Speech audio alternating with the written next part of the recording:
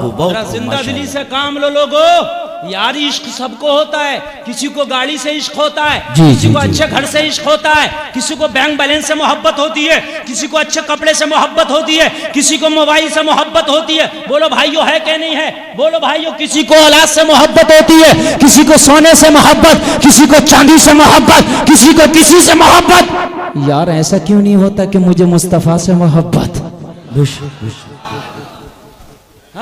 ऐसा क्यों नहीं होता?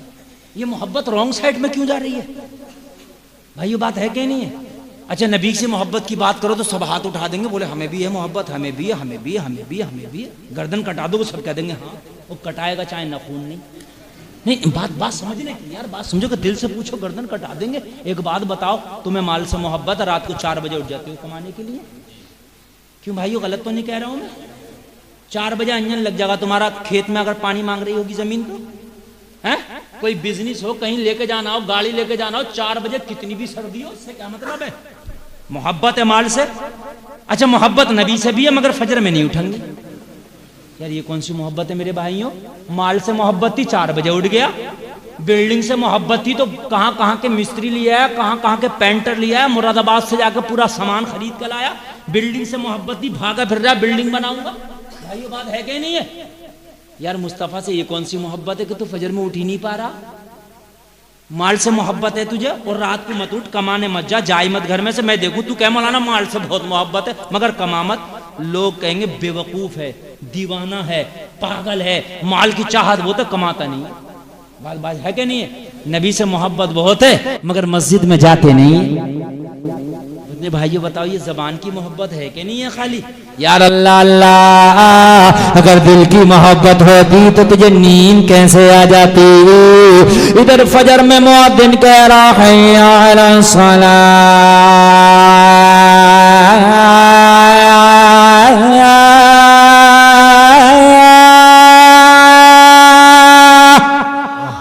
इधर मुअज्जिन कह रहा हो नमाज की तरह, तो तेरा बिस्तर में दिल कैसे लग जा रहा है? मुस्तफा फरमाते हैं नमाज में मेरी आंखों की ठंडक है। अगर मदीने वाले से मोहब्बत किया होता तो तेरा दिल बिस्तर में नहीं लगा होता। जैसे ही मुअज्जिन ने कहा था आओ नमाज की तरफ, बिस्तर से उठा होता, मस्जिद की तरफ रवाना हो गया होता। जी बेशक बेशक, जिंदाबाद जिंदाबाद, बहुत अच्छी बहुत अच्छी, बहुत हो गया होता। मगर मोहब्बत नहीं है, खाली जबान की मोहब्बत है, खाली जबान की, बस खाली जबान की।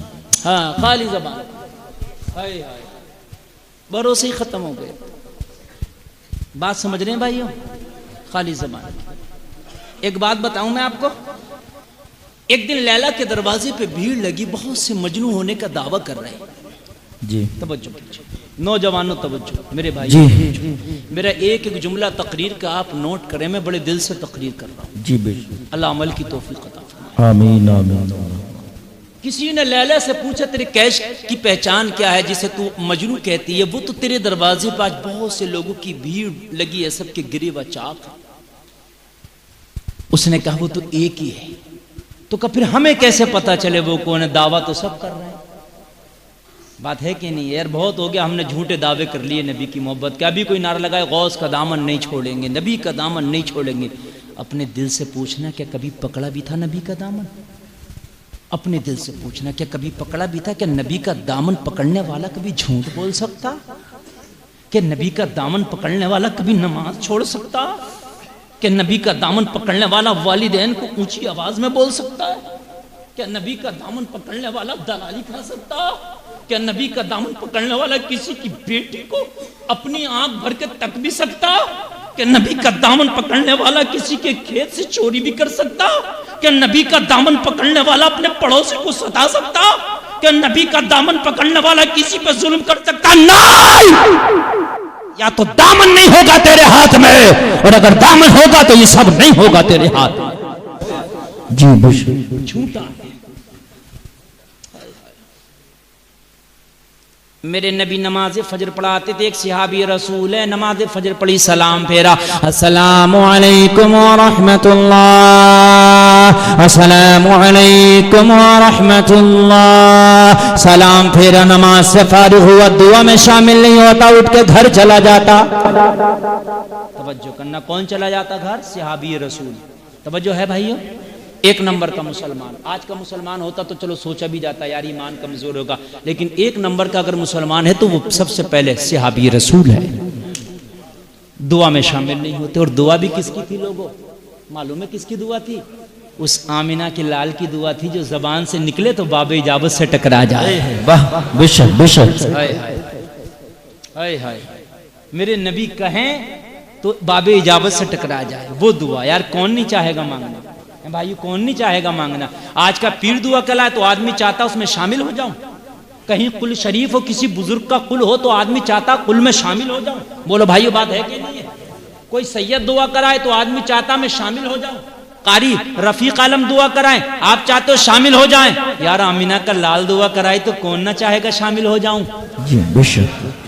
भाइयों अगर आपसे कहे सारी प्रॉपर्टी अपनी लिखवा दो नबी की दुआ में शामिल होने का मौका मिलेगा, तो तुम कहोगे जब मैं हज करने 5 लाख खर्च करके जा सकता हूं तो फिर दुआ नबी के सामने से मिल जाए तो सारी प्रॉपर्टी कुर्बान मगर दुआ में शामिल मिल जाए।